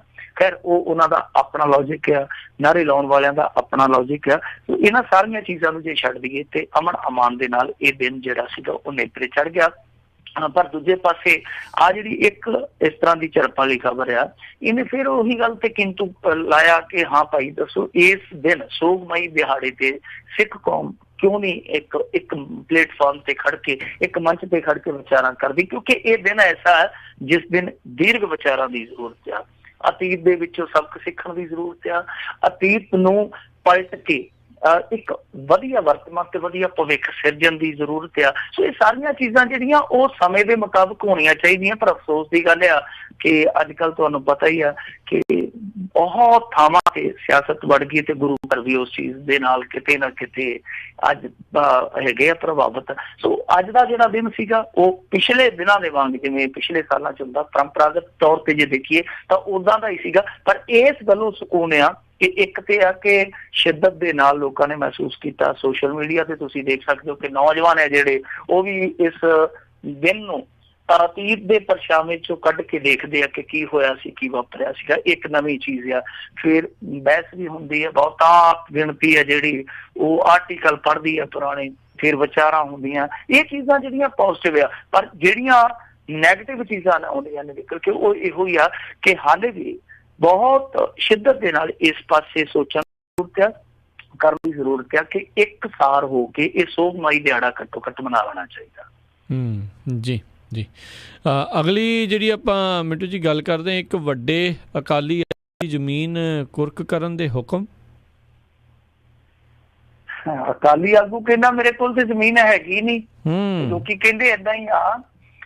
ਇੱਕ ਦੱਸਦੇ ਆ ਕਿ ਕੋਈ ਬਹੁਤ ਵੱਡਾ ਸਿਆਸੀ ਘਰਾਣਾ ਸੀ, ਉਹਦਾ ਨੌਕਰ ਬਿਮਾਰ ਹੋ ਗਿਆ ਤੇ ਅਚਾਨਕ ਉਹ ਸਿਆਸੀ ਘਰਾਣਾ ਲਾਮ ਲਸ਼ਕਰ ਦੇ ਨਾਲ ਪਹੁੰਚ ਗਿਆ। ਨੌਕਰ ਦੇ ਵਿਚਾਰੇ ਦੇ ਥੋੜੇ ਜਿਹੇ ਸਾਹ ਅਟਕੇ ਸੀਗੇ ਤੇ ਉਹ ਜਦੋਂ ਵੇਖਿਆ ਮਾਲਕਾਂ ਨੂੰ ਕਹਿੰਦਾ ਬੱਲੇ ਬੱਲੇ ਬੱਲੇ ਜੀ, ਜੀਵਨ ਸਫਲ ਹੋ ਗਿਆ, ਕੀੜੀ ਦੇ ਘਰ ਨ ਰਹਿਣ ਆ ਗਿਆ। ਤੇ ਦੱਸਦੇ ਆ ਕਿ ਉਹਨਾਂ ਨੇ ਪਤਾ ਪੁੱਤਾ ਤੇ ਕੀ ਲੈਣਾ ਸੀ, ਲਵਾ ਕੇ ਗੂਠੇ ਤੇ ਹੋ ਗਏ। ਤੇ ਉਹ ਜਾਂਦਿਆਂ ਨੂੰ ਪੁੱਛਦਾ ਕਿ ਹਾਂ ਭਾਈ ਗੂਠੇ ਜੇ ਕਾਹਦੇ ਲਵਾ ਕੇ ਚਲੇ ਗਏ? ਕਹਿੰਦੇ ਤੈਨੂੰ ਨਹੀਂ ਪਤਾ, ਤੇਰੇ ਨਾਂ ਤੇ ਸਰਦਾਰਾਂ ਦੀ ਇੰਨੀ ਪ੍ਰਾਪਰਟੀ ਸੀ, ਇੰਨੀ ਜ਼ਮੀਨ ਸੀ। ਕਹਿੰਦਾ ਤੇਰਾ ਭਲਾ ਉੱਥੇ ਥਾਂ ਹੀ ਮਰ ਗਿਆ ਕਿ ਮੈਂ ਐਵੇਂ ਇਹਨਾਂ ਦੀਆਂ ਰੋਟੀਆਂ ਥੱਲਦਾ ਰਿਹਾ, ਮੇਰੇ ਨਾਂ ਤੇ ਇੰਨੀ ਜ਼ਮੀਨ ਲਾਈ ਹੋਈ ਸੀ। ਕਈ ਵਾਰ ਨੇਤਾਵਾਂ ਦੇ ਨੌਕਰਾਂ ਨੂੰ ਵੀ ਨਹੀਂ ਪਤਾ ਹੁੰਦਾ ਕਿ ਉਹਨਾਂ ਦੇ ਨਾਂ ਕੀ ਕੁਛ ਆ। ਕਿਸੇ ਦੇ ਨਾਂ ਟਰਾਂਸਪੋਰਟਾਂ ਚੱਲਦੀਆਂ ਫਿਰਦੀਆਂ ਹੁੰਦੀਆਂ, ਕਿਸੇ ਦੇ ਨਾਂ ਤੇ ਜ਼ਮੀਨਾਂ ਵਗਦੀਆਂ ਫਿਰਦੀਆਂ ਹੁੰਦੀਆਂ। ਹੁਣ ਇਹ ਜਿਹੜਾ ਅਕਾਲੀ ਆਗੂ ਇਹ ਕਹਿੰਦਾ ਕਿ ਦੇਖੋ ਜੀ ਮੇਰੇ ਨਾਂ ਤੇ ਤਾਂ ਜ਼ਮੀਨ ਹੀ ਹੈ ਨਹੀਂ, ਕਿ ਮੈਂ ਤੇ ਆਪ ਹੈਰਾਨ ਆ ਕਿ ਮੇਰੀ ਜ਼ਮੀਨ ਕੁਰਕ ਕਰਨ ਦਾ ਹੁਕਮ ਕਿਸ ਤਰ੍ਹਾਂ ਹੋ ਗਿਆ। ਅਸਲ ਦੇ ਵਿੱਚ ਇਹ ਮਾਮਲਾ ਹੈ ਸ਼੍ਰੋਮਣੀ ਕਮੇਟੀ ਦੇ ਸਾਬਕਾ ਜੂਨੀਅਰ ਮੀਤ ਪ੍ਰਧਾਨ ਕੇਵਲ ਸਿੰਘ ਬਾਦਲ ਦੀ ਜ਼ਮੀਨ ਦੀ ਕੁਰਕੀ ਦਾ। ਹੁਣ ਇਹ ਮਾਮਲਾ ਬਹੁਤ ਲੰਮਾ ਸਮਾਂ ਪਹਿਲਾਂ ਸੁਰਖੀਆਂ ਚ ਆਇਆ ਸੀਗਾ। ਜੇ ਕਿਸੇ ਨੂੰ ਯਾਦ ਹੋਵੇ 2014 ਦੇ ਵਿੱਚ ਇੱਕ ਬਹੁਤ ਵੱਡੇ ਪੱਧਰ ਤੇ ਅਕਾਲੀ ਭਾਜਪਾ ਸਰਕਾਰ ਦੇ ਖਿਲਾਫ ਲਹਿਰ ਉਪਜ ਪਈ ਸੀਗੀ ਕਿ ਇੱਥੇ ਬਹੁਤ ਵੱਡੇ ਪੱਧਰ ਤੇ ਰੇਤੇ ਦੀ ਸ਼ਿਕਾਇਤ ਕੀਤੀ ਜਾ ਰਹੀ ਹੈ। ਮਾਮਲਾ ਚਲੇ ਗਿਆ ਸੀਗਾ ਹਾਈ ਕੋਰਟ ਤੱਕ। ਤਾਂ ਫਿਰ ਉਸ ਤੋਂ ਬਾਅਦ ਠੀਕ ਉਸੇ ਦੌਰਾਨ ਹੀ ਇੱਕ IAS ਅਫਸਰ ਆਈ ਸੀਗੀ ਬੀਬੀ, ਵੀ ਉਹ IAS ਬਣੀ ਸੀਗੀ। ਸੋ ਜੋਸ਼ ਡਾਢਾ ਸੀ ਉਸ ਬੀਬੀ ਦੇ ਵਿੱਚ। ਉਸ ਬੀਬੀ ਨੇ ਆ ਕੇ ਇੱਥੇ ਲੁਧਿਆਣਾ ਸਾਈਡ ਉਹਨਾਂ ਲੋਕਾਂ ਤੇ ਪਰਚੇ ਕੀਤੇ ਸਨ ਜਿਨ੍ਹਾਂ ਨੇ ਆਪਣੇ ਖੇਤਾਂ ਦੇ ਵਿੱਚ ਨਜਾਇਜ਼ ਹੀ ਖੱਡਾਂ ਬਣਾਈਆਂ ਹੋਈਆਂ ਸਨ। ਔਰ ਇਹਦੇ ਵਿੱਚ ਕੇਵਲ ਸਿੰਘ ਬਾਦਲ ਤੇ ਵੀ ਕਾਰਵਾਈ ਕੀਤੀ ਗਈ ਸੀਗੀ। ਕੇਵਲ ਸਿੰਘ ਬਾਦਲ ਤੇ ਜਦੋਂ ਕਾਰਵਾਈ ਕੀਤੀ ਗਈ ਸੀ ਤਾਂ ਉਸ ਸਮੇਂ ਕਿਉਂਕਿ ਅਕਾਲੀ ਭਾਜਪਾ ਸਰਕਾਰ ਸੀ, ਪਰਦਾ ਕੱਜਿਆ ਗਿਆ, ਪਰਦਾਪੋਸ਼ੀ ਹੋਈ ਰਹੀ। ਪਰ ਹੁਣ ਜਿਵੇਂ ਸਰਕਾਰ ਪਲਟੀ ਤਾਂ ਜਿਹੜਾ ਮਾਈਨਿੰਗ ਡਿਪਾਰਟਮੈਂਟ ਸੀ ਉਹਨੇ ਸਾਰੇ ਕਿਸੇ ਆ ਜਿਹੜੇ ਉਹ ਫੋਲ ਲਿਆ। ਹੁਣ ਇਹਦੇ ਵਿੱਚ ਕੁਝ 40-45 ਦੇ ਕਰੀਬ ਕਿਸਾਨ ਆ, ਮੇਰੇ ਖਿਆਲ ਦੇ ਨਾਲ 42 ਆ, ਜੇ ਐਗਜ਼ੈਕਟਲੀ ਆਪਾਂ ਦੇਖੀਏ ਤਾਂ 42 ਕੁ ਦੇ ਕਰੀਬ ਆ, ਮੈਨੂੰ ਪੱਕਾ ਨਹੀਂ ਯਾਦ। ਤਾਂ ਉਹ 42 ਆ ਜਿਹੜੇ, ਉਹਨਾਂ ਨੂੰ ਇਹਨਾਂ ਨੇ 9 ਕਰੋੜ ਰੁਪਈਆ ਜਿਹੜਾ ਹਰਜਾ ਪਾਇਆ, ਜਾਨੀ ਹਰਜਾਨਾ ਜੁਰਮਾਨਾ ਪਾਇਆ। ਤਾਂ ਇਹਦੇ ਵਿੱਚ 42-43 ਲੱਖ ਤਕਰੀਬਨ, ਲਗਭਗ ਮੇਰੇ ਖਿਆਲ ਦੇ ਨਾਲ 40-45 ਲੱਖ ਰੁਪਈਆ ਜਿਹੜਾ ਉਹ ਕੇਵਲ ਸਿੰਘ ਬਾਦਲ ਨੂੰ ਪਿਆ ਵਾ। ਤਾਂ ਕੇਵਲ ਸਿੰਘ ਬਾਦਲ ਉਹ ਵਾਰ-ਵਾਰ ਨੋਟਿਸ ਆਉਣ ਦੇ ਬਾਵਜੂਦ ਪੈਸੇ ਜਮ੍ਹਾਂ ਨਹੀਂ ਸੀ ਕਰਾ ਰਿਹਾ। ਤਾਂ ਹੁਣ ਵਿਭਾਗ ਨੇ ਆਖਿਆ ਕਿ ਜਿਹੜੀ ਇਹਦੀ ਜ਼ਮੀਨ ਆ ਉਹ ਕੁਰਕ ਕਰ ਦੇਣੀ ਆ। ਉਹ ਇੱਕ ਲਾਸਟ ਨੋਟਿਸ ਸ਼ਾਇਦ ਭੇਜਿਆ ਜਾ ਰਿਹਾ 6-7 ਦਿਨਾਂ ਦੇ ਅੰਦਰ ਅੰਦਰ, ਜੇਕਰ ਇਹਨਾਂ ਨੇ ਪੈਸਾ ਜਮ੍ਹਾਂ ਨਹੀਂ ਕਰਾਇਆ ਤਾਂ ਫਿਰ ਜ਼ਮੀਨ ਦੀ ਕੁਰਕੀ ਉਦਾਂ ਹੀ ਹੋ ਜਾਊ ਜਿੱਦਾਂ ਸਧਾਰਨ ਕਿਸਾਨ ਦੀ ਕੁਰਕੀ ਹੁੰਦੀ ਆ। ਸੋ ਇਹ ਕਹਿੰਦੇ ਆ ਕਿ ਮੇਰੇ ਕੋਲ ਤਾਂ ਕੋਈ ਜ਼ਮੀਨ ਹੈ ਹੀ ਨਹੀਂ, ਮੇਰੇ ਨਾਂ ਤੇ ਤਾਂ ਕੋਈ ਜ਼ਮੀਨ ਹੈ ਹੀ ਨਹੀਂ। ਪਰ ਸਵਾਲ ਸਭ ਤੋਂ ਵੱਡਾ ਇਹੋ ਹੀ ਪੈਦਾ ਹੁੰਦਾ ਕਿ ਜੇ ਇਹਦੇ ਨਾਲ ਜ਼ਮੀਨ ਹੈ ਨਹੀਂ ਤਾਂ ਮਾਈਨਿੰਗ ਡਿਪਾਰਟਮੈਂਟ ਹੈ ਜਿਹੜਾ ਉਹ ਕੁਰਕੀ ਕਿਹਦੀ ਜ਼ਮੀਨ ਦੀ ਕਰਾਉਂਦਾ, ਗਵਾਂਢੀ ਦੀ ਤਾਂ ਕਰਾ ਨਹੀਂ ਸਕਦਾ। ਸੋ ਇਹ ਮਾਮਲਾ ਹੁਣ ਪਤਾ ਨਹੀਂ ਕੀ ਆ, ਪਰ ਇਹ ਮਾਮਲਾ ਸਹੀ ਹੈ ਕਿ ਇਹਨਾਂ ਵਿਅਕਤੀਆਂ ਤੇ ਜਿਹੜੇ 40-42 ਦੇ ਕਰੀਬ ਸੀਗੇ, ਇਹਨਾਂ ਵਿਅਕਤੀਆਂ ਤੇ ਕਾਰਵਾਈ ਹੈ ਜਿਹੜੀ ਉਹ ਬਹੁਤ ਲੰਮਾ ਸਮਾਂ ਪਾ ਕੇ ਭਾਵੇਂ ਹੋਈ ਆ, ਪਰ ਹੋਈ ਜ਼ਬਰਦਸਤ ਤਰੀਕੇ ਨਾਲ ਆ। ਇਹ ਹੁਣ ਸਰਕਾਰ ਆ ਦੂਸਰਿਆਂ ਦੀ, ਸ਼ਾਇਦ ਇਹ ਕਾਰਵਾਈ ਤਾਂ ਸੰਭਵ ਹੋ ਸਕੀ ਆ, ਪਰ ਇਹ ਨਹੀਂ ਹੋਣਾ ਚਾਹੀਦਾ ਕਿ ਉਹ ਜਿਵੇਂ ਬਗਾਨੇ ਦੀਆਂ ਹੱਥ 'ਚ ਤੇ ਆਪਦੀਆਂ ਕੱਛ 'ਚ। ਇਸ ਤਰ੍ਹਾਂ ਦੀਆਂ ਕਾਰਵਾਈਆਂ ਜਿਹੜੀਆਂ ਉਹ ਆਪਣੀ ਸਰਕਾਰ 'ਚ ਵੀ ਹਾਕਮਾਂ ਨੂੰ ਕਰਨੀਆਂ ਚਾਹੀਦੀਆਂ, ਕਿਉਂਕਿ ਇਸ ਸਰਕਾਰ ਦੇ ਉਲਟ ਵੀ ਤੇ ਇਹੋ ਚੀਜ਼ਾਂ ਜਿਹੜੀਆਂ ਨਿਕਲ ਕੇ ਆਈਆਂ ਸੀਗੀਆਂ, ਕਦੇ ਕੁਛ ਟੈਂਸ਼ਨ, ਕਦੇ ਕਿਸੇ ਵਿਭਾਗ ਦੀ ਰਿਪੋਰਟ ਕਿ ਖਾ ਗਿਆ, ਇੱਥੇ ਕੋਈ ਰੇਤਾ ਖਾ ਗਿਆ। ਇਹ ਸਰਕਾਰ ਦੇ ਤੇ ਇੱਕ ਵਿਧਾਇਕ ਨੇ ਔਨ ਰਿਕਾਰਡ ਔਨ ਕੈਮਰਾ ਇਹ ਗੱਲ ਕਹੀ ਸੀਗੀ ਕਿ ਸਾਡੇ ਇੱਥੇ ਇਲੀਗਲ ਮਾਈਨਿੰਗ ਹੁੰਦੀ ਆ, ਤੇ ਮੈਂ ਡੀਸੀ ਕੋਲ ਜਾਣਾ ਤੇ ਡੀਸੀ ਸਾਹਿਬਾਂ ਵੀ ਕਹਿ ਦਿੰਦੀ ਆ ਕਿ ਤੁਸੀਂ ਜਾ ਕੇ ਤੇ ਉੱਤੇ ਗੱਲ ਕਰੋ, ਮੇਰੇ ਵੱਸ ਦੀ ਗੱਲ ਹੀ ਨਹੀਂ। ਸੋ ਇਹ ਸਾਰੀਆਂ ਚੀਜ਼ਾਂ ਜਿਹੜੀਆਂ ਦੂਜੀ ਸਰਕਾਰ ਤੇ ਚੱਲਦੀਆਂ ਸਨ, ਪਰ ਸਰਕਾਰ ਇਹਦੀ ਵਿਦਾਗ ਨਹੀਂ ਇਸ ਮਾਮਲੇ 'ਚ। ਤੇ ਇਹ ਨਹੀਂ ਹੋਣਾ ਚਾਹੀਦਾ ਕਿ ਹੁਣ ਜਿਹੜੇ ਇਸ ਮਾਮਲੇ ਦੇ ਵਿੱਚ ਅੱਜ ਮਲਾਈ ਖਾਣ ਡਏ ਆ, ਉਹ ਕੱਲ ਨੂੰ ਜਦੋਂ ਕੋਈ ਸਰਕਾਰ ਪਲਟੇ ਤੇ ਉਦੋਂ ਕਾਰਵਾਈ ਦੇ ਹਿੱਸੇਦਾਰ ਬਣਦਾ। ਜੇ ਉਹ ਅੱਜ ਗੁਨਾਹ ਕਰਦੇ ਤੇ ਉਹਨਾਂ ਨੂੰ ਸਜ਼ਾ ਵੀ ਅੱਜ ਹੀ ਮਿਲਣੀ ਚਾਹੀਦੀ ਆ। ਜੀ ਅਗਲੀ ਮਿੰਟੂ ਜੀ ਆਪਾਂ ਗੱਲ ਕਰਦੇ ਹਾਂ ਸ਼ਿਲਾਂਗ ਮਾਮਲੇ ਦੀ ਰਿਪੋਰਟ ਸ਼੍ਰੀ ਅਕਾਲ ਤਖਤ ਸਾਹਿਬ ਪਹੁੰਚੀ। ਅਕਾਲ ਤਖਤ ਤੇ ਜਿਹੜੀ ਰਿਪੋਰਟ ਲੈ ਕੇ ਆਏ ਆ, ਇਹ ਲੈ ਕੇ ਆਏ ਆ ਗਿਆਨੀ ਹਰਪ੍ਰੀਤ ਸਿੰਘ ਜੀ, ਜਿਹੜੇ ਤਖਤ ਸ਼੍ਰੀ ਦਮਦਮਾ ਸਾਹਿਬ ਦੇ ਜਥੇਦਾਰ ਆ। ਉਹ ਉੱਥੇ ਰਹੇ ਆ, 3-4 ਦਿਨ ਰਹੇ ਆ, ਔਰ ਮੈਂ ਦੇਖਦਾ ਰਿਹਾ। ਦੇਖੋ ਕਈ ਲੀਡਰ ਗਏ ਆ, ਮੈਂ ਨਹੀਂ ਕਹਿੰਦਾ ਕਿ ਉਹ ਬੁਰੀ ਭਾਵਨਾ ਦੇ ਨਾਲ ਗਏ, ਫਾਰਮੈਲਿਟੀ ਲਈ ਗਏ ਆ, ਪਰ ਉਹਨਾਂ ਦੇ ਕੰਮ ਕਰਨ ਦਾ ਤਰੀਕਾ ਜਿਹੜਾ ਸੀਗਾ ਕੁਛ ਹੋਰ ਟਾਈਪ ਦਾ ਸੀਗਾ। ਉਹ ਆਪਣੇ ਆਪ ਨੂੰ ਵਡਿਆ ਕੇ ਬਸ ਫੋਟੋਆਂ ਲਵਾ ਕੇ ਤੇ ਲਾਈਵ ਲੋਗ ਹੋ ਕੇ ਆ ਗਏ। ਪਰ ਗਿਆਨੀ ਹਰਪ੍ਰੀਤ ਸਿੰਘ ਨੇ ਜਿਸ ਤਰੀਕੇ ਨਾਲ ਉੱਥੇ ਬਹਿ ਕੇ ਵਿਚਾਰਾਂ ਕੀਤੀਆਂ, ਲੋਕਾਂ ਦੇ ਦੁੱਖ ਸੁਣੇ, ਜਾ ਕੇ ਗੁਰੂ ਘਰਾਂ ਦੇ ਵਿੱਚ ਮੀਟਿੰਗਾਂ ਕੀਤੀਆਂ, ਹੱਲਾਸ਼ੇਰੀ ਦਿੱਤੀ, ਇੱਥੋਂ ਤੱਕ ਕਿਹਾ ਕਿ ਉਹ ਗੱਤਕਾ ਸਿੱਖੋ ਭਾਈ, ਇਹ ਬੜੀ ਜ਼ਰੂਰਤ ਹੈ ਤੁਹਾਨੂੰ, ਕੁੜੀਆਂ ਵੀ ਗੱਤਕਾ ਸਿੱਖਣ ਔਰ ਗੱਤਕੇ ਦੇ ਜ਼ੋਰ ਦਿਖਾਇਆ ਕਰੋ ਜਦੋਂ ਵੀ ਕੋਈ ਗੁਰਪੁਰਬ ਆਉਂਦਾ, ਜਦੋਂ ਵੀ ਕੋਈ ਦਿਹਾੜਾ ਆਉਂਦਾ। ਸੋ ਇਹ ਜਿਹੜਾ ਮਾਰਸ਼ਲ ਆਰਟ ਆ, ਇਹ ਜਿਹੜਾ ਬਹੁਤ ਵੱਡੀ ਇੱਕ ਦਾਤ ਵੀ ਬਣ ਜਾਂਦਾ ਔਖੇ ਵੇਲੇ। ਸੋ ਇਹਦੇ ਜ਼ੋਰ ਜਿਹੜੇ ਤੁਸੀਂ ਦਿਖਾਇਆ ਕਰੋ। ਕਾਫੀ ਚੀਜ਼ਾਂ ਜਿਹੜੀਆਂ ਉੱਥੇ ਗਿਆਨੀ ਹਰਪ੍ਰੀਤ ਸਿੰਘ ਨੇ ਇਹੋ ਜਿਹੀਆਂ ਕੀਤੀਆਂ ਜਿਹਨਾਂ ਨੂੰ ਦੇਖ ਕੇ ਲੱਗਦਾ ਸੀਗਾ ਕਿ ਵਾਕਿਆ ਜ਼ਮੀਨੀ ਪੱਧਰ ਤੇ ਜਾ ਕੇ ਜੇ ਕਿਸੇ ਬੰਦੇ ਨੇ ਕੰਮ ਕੀਤਾ ਤੇ ਉਹ ਗਿਆਨੀ ਹਰਪ੍ਰੀਤ ਸਿੰਘ ਆ। ਤਾਂ ਹੁਣ ਵਾਪਸ ਆਏ ਆ ਕੇ ਜਿਹੜੀ ਉਹਨਾਂ ਨੇ ਰਿਪੋਰਟ ਸੌਂਪੀ, ਉਹ ਸਾਰੀ ਦੀ ਸਾਰੀ ਤੇ ਹਾਲੇ ਖੁੱਲ ਕੇ ਸਾਹਮਣੇ ਨਹੀਂ ਆਉਂਦੀ ਪਈ, ਕਿਉਂਕਿ ਤੁਹਾਨੂੰ ਪਤਾ ਹੀ ਆ ਉਹ ਰਿਪੋਰਟ ਪਹਿਲਾਂ ਅਕਾਲ ਤਖਤ ਤੇ ਜਾਊਗੀ, ਫਿਰ ਗਿਆਨੀ ਗੁਰਬਚਨ ਸਿੰਘ ਜੀ ਉਹਦੇ ਤੇ ਕੋਈ ਕਾਰਵਾਈ ਕਰਨਗੇ। ਤਾਂ ਉਹਦੇ ਤੋਂ ਪਹਿਲਾਂ ਇਹਨਾਂ ਨੇ ਪੱਤਰਕਾਰਾਂ ਦੇ ਨਾਲ ਗੱਲਬਾਤ ਕੀਤੀ ਹੈ ਜਿਹੜੀ, ਤੇ ਪੱਤਰਕਾਰਾਂ ਦੇ ਨਾਲ ਗੱਲਬਾਤ ਥੋੜੀ ਬਹੁਤ ਹੋਈ ਹੈ। ਉਹਦੇ ਵਿੱਚੋਂ ਇਸ ਰਿਪੋਰਟ ਦਾ ਜਿਹੜਾ ਕੋਈ ਸਾਰਾਂਸ਼ ਨਿਕਲਿਆ, ਕੋਈ ਤੱਤਸਾਰ ਨਿਕਲਿਆ, ਤੇ ਉਹ ਇਹੋ ਹੀ ਆ। ਉਹ ਗਿਆਨੀ ਹਰਪ੍ਰੀਤ ਸਿੰਘ ਦੇ ਮੁਤਾਬਕ ਇਹ ਆ ਕਿ ਇਹ ਸਾਰਾ ਝਗੜਾ ਜਿਹੜਾ ਜ਼ਮੀਨ ਕਰਕੇ ਹੋ ਰਿਹਾ, ਤਾਂ ਜ਼ਮੀਨ ਹੀ ਇਸ ਪੁਆੜੇ ਦੀ ਜੜ ਆ। ਜੋ ਕਿਹਾ ਜਾ ਰਿਹਾ ਕਿ ਨਹੀਂ ਜੀ ਇਹ ਫਿਰ ਟਕਰਾਅ ਹੋ ਗਿਆ, ਫਲਾਹ ਹੋ ਗਿਆ, ਨਿੱਜੀ ਲੜਾਈ ਸੀ, ਐਸਾ ਕੁਛ ਨਹੀਂ ਹੈ। ਅਸਲ ਦੇ ਵਿੱਚ ਇਸ ਪੁਆੜੇ ਦੀ ਜੜ ਆ ਬੇਸ਼ਕੀਮਤੀ ਜ਼ਮੀਨ ਜਿਹੜੀ ਸਿੱਖਾਂ ਦੇ ਕੋਲ ਆ। ਉਦਾਂ ਵੀ ਦੱਸਦੇ ਆ ਕਿ ਇਹ ਜਿਹੜੇ ਸਿੱਖ ਸੀਗੇ, ਇਹ 2 ਤਰ੍ਹਾਂ ਦੇ ਉੱਥੇ ਸਿੱਖ ਵਸਾਏ ਗਏ ਸੀਗੇ। ਵੈਸੇ ਵਸਾਏ ਨਹੀਂ ਗਏ, ਕਹਿ ਸਕਦੇ ਆ ਕਿ ਇੱਕ ਤੇ ਉੱਥੇ ਵਸਾਏ ਗਏ ਲਿਜਾ ਕੇ, ਇੱਕ ਆ ਕੇ ਵਸ ਗਏ ਸਨ। ਤਾਂ ਜਿਹੜੇ ਵਸਾਏ ਗਏ ਸੀਗੇ ਉਹ ਕਿਸੇ ਸਮੇਂ ਸਫਾਈ ਕਰਮਚਾਰੀ ਸੀ, ਪਰ ਆਪਣੀ ਮਿਹਨਤ ਦੇ ਬਲਬੂਤੇ ਤੇ ਅੱਜ ਉਹ ਵੀ ਸਮਰਿੱਧ ਆ, ਅੱਜ ਉਹ ਵੀ ਪੂਰੀ ਤਰ੍ਹਾਂ ਸੰਪੰਨ ਆ। ਤਾਂ ਦੂਜੇ ਪਾਸੇ ਪੋਠੋਹਾਰ ਦੇ ਵਿੱਚੋਂ ਕੁਝ ਉਜੜ ਕੇ ਆਏ ਸੀਗੇ ਹੱਲਿਆਂ ਦੇ ਵਿੱਚ, ਉਹ ਬੰਦੇ ਆ ਕੇ ਇੱਥੇ ਵਸੇ ਆ, ਉਹ ਵੀ ਸਿੱਖ ਆ ਜਿਹੜੇ ਕਾਰੋਬਾਰੀ ਤਗੜੇ ਆ। ਸੋ ਇੱਕ ਤੇ ਇਹ ਦਬਾਇਸ਼ ਆ ਕਿ ਇਹਨਾਂ ਲੋਕਾਂ ਨੇ ਆ ਕੇ ਸਾਡੇ ਕਾਰੋਬਾਰਾਂ ਤੇ ਕਿਤੇ ਨਾ ਕਿਤੇ ਕਬਜ਼ਾ ਜਮਾ ਲਿਆ। ਦੂਜਾ ਇਹ ਆ ਕਿ ਜਿਹੜੀ ਇੱਕ ਖਾਸ ਪੰਜਾਬੀ ਕਲੋਨੀ ਆ ਉਹਦੇ ਤੇ ਆਖਿਆ ਕਿਉਂਕਿ ਜ਼ਮੀਨ ਬੇਸ਼ਕੀਮਤੀ ਆ। ਜਿਹੜੀਆਂ ਗੱਲਾਂ ਰਹਿ ਕੇ ਨਿਕਲ ਕੇ ਆਉਂਦੀਆਂ ਪਈਆਂ ਉਹਦੇ ਮੁਤਾਬਕ ਇਹੋ ਹੀ ਆ ਕਿ 1970 ਦੇ ਵਿੱਚ ਵੀ ਉੱਥੋਂ ਦੇ ਮੁਕਾਮੀ ਡੀਸੀ ਨੇ ਇਹਨਾਂ ਨੂੰ ਆਖਿਆ ਸੀਗਾ ਕਿ ਤੁਸੀਂ ਆਪਣਾ ਟਿੰਡ ਫੌੜੀ ਚੁੱਕ ਕੇ ਤੇ ਬਾਹਰ ਹੋ ਜਾਓ, ਪਰ ਇੱਥੋਂ ਦੇ ਜਿਹੜੇ ਸਿੱਖ ਸੀਗੇ ਲੋਕਲ ਉਹ ਚਲੇ ਗਏ ਫਿਰ ਕੋਰਟ ਦੇ ਵਿੱਚ। ਕੋਰਟ ਨੇ ਵੀ ਇਹਨਾਂ ਦੇ ਹੱਕ ਦੇ ਵਿੱਚ ਫੈਸਲਾ ਦੇ ਦਿੱਤਾ ਸੀ। ਕੋਰਟ ਦੇ ਵਿੱਚੋਂ ਬੇਸ਼ੱਕ ਫੈਸਲਾ ਇਹਨਾਂ ਦੇ ਹੱਕ ਦੇ ਵਿੱਚ ਆ ਗਿਆ, ਪਰ ਬਾਵਜੂਦ ਇਸ ਦੇ ਜਿਹੜੀ ਮੁਕਾਮੀ ਸਰਕਾਰ ਸੀਗੀ ਉਹਨਾਂ ਨੇ ਇਹਨਾਂ ਨੂੰ ਜ਼ਮੀਨ ਦਾ ਪੱਟਾ ਨਹੀਂ ਦਿੱਤਾ। ਹਾਲਾਂਕਿ ਇੱਥੋਂ ਤੱਕ ਆ ਕਿ ਗੁਰਦੁਆਰਾ ਜਿਹੜਾ ਉਸ ਕਲੋਨੀ ਦੇ ਵਿੱਚ ਉਹਦਾ ਜ਼ਮੀਨੀ ਪੱਟਾ ਹੋ ਗਿਆ, ਇੱਥੋਂ ਤੱਕ ਕਿ ਜਿਹੜਾ ਮੰਦਿਰ ਹੈ ਉਹਦਾ ਵੀ ਜ਼ਮੀਨੀ ਪੱਟਾ ਹੋ ਗਿਆ, ਪਰ ਇਹਨਾਂ ਨੂੰ ਜ਼ਮੀਨੀ ਪੱਟਾ ਨਹੀਂ ਦਿੱਤਾ ਗਿਆ। ਸੋ ਹੁਣ ਵੀ ਜੇ ਆਪਾਂ ਦੇਖੀਏ ਇਹਨਾਂ ਦੀ ਚਲਾਕੀ, ਉਹ ਇਹੋ ਹੀ ਆ ਕਿ ਜਿਹੜਾ ਉੱਥੋਂ ਦਾ ਮੁੱਖ ਮੰਤਰੀ ਆ ਉਹਨੇ ਇੱਕ ਕਮੇਟੀ ਬਣਾਈ ਆ, ਔਰ ਕਮੇਟੀ ਇਸ ਕਰਕੇ ਨਹੀਂ ਬਣਾਈ ਕਿ ਝਗੜਾ ਕਿਉਂ ਹੋਇਆ ਔਰ ਅੱਗੇ ਤੋਂ ਨਾ ਹੋਵੇ, ਇਹ ਸਾਰੀਆਂ ਚੀਜ਼ਾਂ ਰੋਕਣ ਲਈ ਅਸੀਂ ਕੋਈ ਹੱਲ ਕਰੀਏ। ਉਹਨਾਂ ਨੇ ਕਮੇਟੀ ਇਸ ਕਰਕੇ ਬਣਾ ਦਿੱਤੀ ਹੈ ਕਿ ਇਸ ਜ਼ਮੀਨ ਦਾ ਕਿਵੇਂ ਨਿਪਟਾਰਾ ਕਰੀਏ। ਮਤਲਬ ਇਹ ਆ ਕਿ ਹਾਲੇ ਵੀ ਇੰਨਾ ਕੁਝ ਹੋਣ ਦੇ ਬਾਵਜੂਦ ਵੀ ਉਸ ਜ਼ਮੀਨ ਤੇ ਉੱਥੋਂ ਦੇ ਪ੍ਰਸ਼ਾਸਨ ਦੀ ਆਖਿਆ, ਉਹਦਾ ਕਾਰਨ ਇਹੋ ਹੀ ਆ ਕਿ ਜ਼ਮੀਨ ਬੜੀ ਬੇਸ਼ਕੀਮਤੀ ਆ। ਸੋ ਆਉਣ ਵਾਲੇ ਦਿਨਾਂ ਦੇ ਵਿੱਚ ਇਹ ਚੀਜ਼ ਜਿਹੜੀ ਆ ਉਹ ਅੱਗੇ ਦੁਹਰਾਈ ਨਹੀਂ ਜਾਵੇਗੀ। ਇਹਦੀ ਉਮੀਦ ਇਸ ਕਰਕੇ ਘੱਟ ਆ ਕਿਉਂਕਿ ਹਾਲੇ ਵੀ ਉਸ ਜ਼ਮੀਨ ਦਾ ਰਫੜ ਜਿਹੜਾ ਉਹ ਜਿਉਂਦਾ ਪਿਆ ਆ। ਇਹ ਤਾਂ ਹੀ ਹੱਲ ਹੋ ਸਕਦਾ ਜੇ ਇੱਕ ਤੇ ਆ ਜਿਹੜੀ ਸਾਡੀ ਸੂਬਾ ਸਰਕਾਰ ਆ, ਪੰਜਾਬ ਸਰਕਾਰ ਆ, ਇਹ ਆਪਣੇ ਪੱਧਰ ਤੇ ਜ਼ੋਰ ਲਾਵੇ, ਔਰ ਦੂਸਰਾ ਇਹ ਆ ਕਿ ਜਿਹੜਾ ਅਕਾਲੀ ਭਾਜਪਾ ਗੱਠਜੋੜ ਆ ਉਹਦੇ ਵਿੱਚ ਅਕਾਲੀ ਜਾ ਕੇ ਉੱਥੇ ਜ਼ੋਰ ਪਾਉਣ, ਕਿਉਂਕਿ ਇਹ ਉਹ ਰਾਜ ਆ ਮੇਘਾਲਿਆ ਜਿਹਦੇ ਵਿੱਚ ਭਾਜਪਾ ਨੇ 60 ਤੋਂ ਸਿਰਫ 2 ਸੀਟਾਂ ਜਿੱਤੀਆਂ। 2 ਸੀਟਾਂ ਜਿੱਤ ਕੇ ਵੀ ਉਹਨਾਂ ਨੇ ਸਰਕਾਰ ਬਣਾ ਲਈ। ਪਰ ਇਹ ਵੀ ਇੱਕ ਗੱਲ ਜਿਹੜੀ ਆ ਉਹ ਇਤਫਾਕਨ ਹੈ ਜਾਂ ਸਾਜ਼ਿਸ਼ਨ ਆ ਕਿ ਜਿੱਥੇ ਵੀ ਭਾਜਪਾ ਦੀ ਸਰਕਾਰ ਬਣਦੀ ਆ ਉੱਥੇ ਮਾਹੌਲ ਦੇ ਵਿੱਚ ਇਹੋ ਜਿਹੀ ਤਲਖੀ ਆ ਜਾਂਦੀ ਆ। ਇਹ ਪਤਾ ਨਹੀਂ ਸਵੈਗੀ ਆ ਜਾਂਦੀ ਆ ਜਾਂ ਇਹਨਾਂ ਦੀ ਕੋਈ ਸਿਆਸੀ ਵਿਰਾਸਤੀ ਇਹੋ ਜਿਹੀ ਆ। ਜੀ ਜੀ ਅਗਲੀ ਮਿੰਟੂ ਜੀ ਗੱਲ ਕਰਦੇ ਹਾਂ। ਹਨੀਪ੍ਰੀਤ ਨੇ ਅਦਾਲਤ ਤੋਂ ਮੰਗੀ ਜ਼ਮਾਨਤ। ਬਹੁਤ ਸਾਰੇ ਲੋਕਾਂ ਨੂੰ ਅੱਜ ਥੋੜੀ ਜਿਹੀ ਖੁਸ਼ੀ ਮਹਿਸੂਸ ਹੋਊਗੀ ਕਿ ਬੜੀ ਦੇਰ ਬਾਅਦ ਇਹ ਨਾਂ ਸੁਣਿਆ ਖਬਰਾਂ ਦੇ ਵਿੱਚ। ਕਾਫੀ ਦਿਨਾਂ ਤੋਂ ਇਹ ਨਾਂ ਜਿਹੜਾ ਸੀਗਾ ਲੋਕ ਸੀਗਾ। ਸੋ ਹਨੀਪ੍ਰੀਤ ਨੇ ਅੰਤ ਨੂੰ ਜ਼ਮਾਨਤ ਲਾ ਦਿੱਤੀ ਆ ਤੇ ਉਸ ਬੀਬੀ ਨੇ ਦਵਾਈ ਦਿੱਤੀ ਆ, ਕਹਿੰਦੀ ਦੇਖੋ ਜੀ 245 ਦਿਨ ਹੋ ਗਏ ਘਰ ਦਾ ਮੂੰਹ ਨਹੀਂ ਵੇਖਿਆ, ਇੱਥੇ ਵੱਡੇ ਘਰ 'ਚ ਬੈਠੇ ਆ, ਹੁਣ ਤੇ ਜਾਣ ਦਿਓ।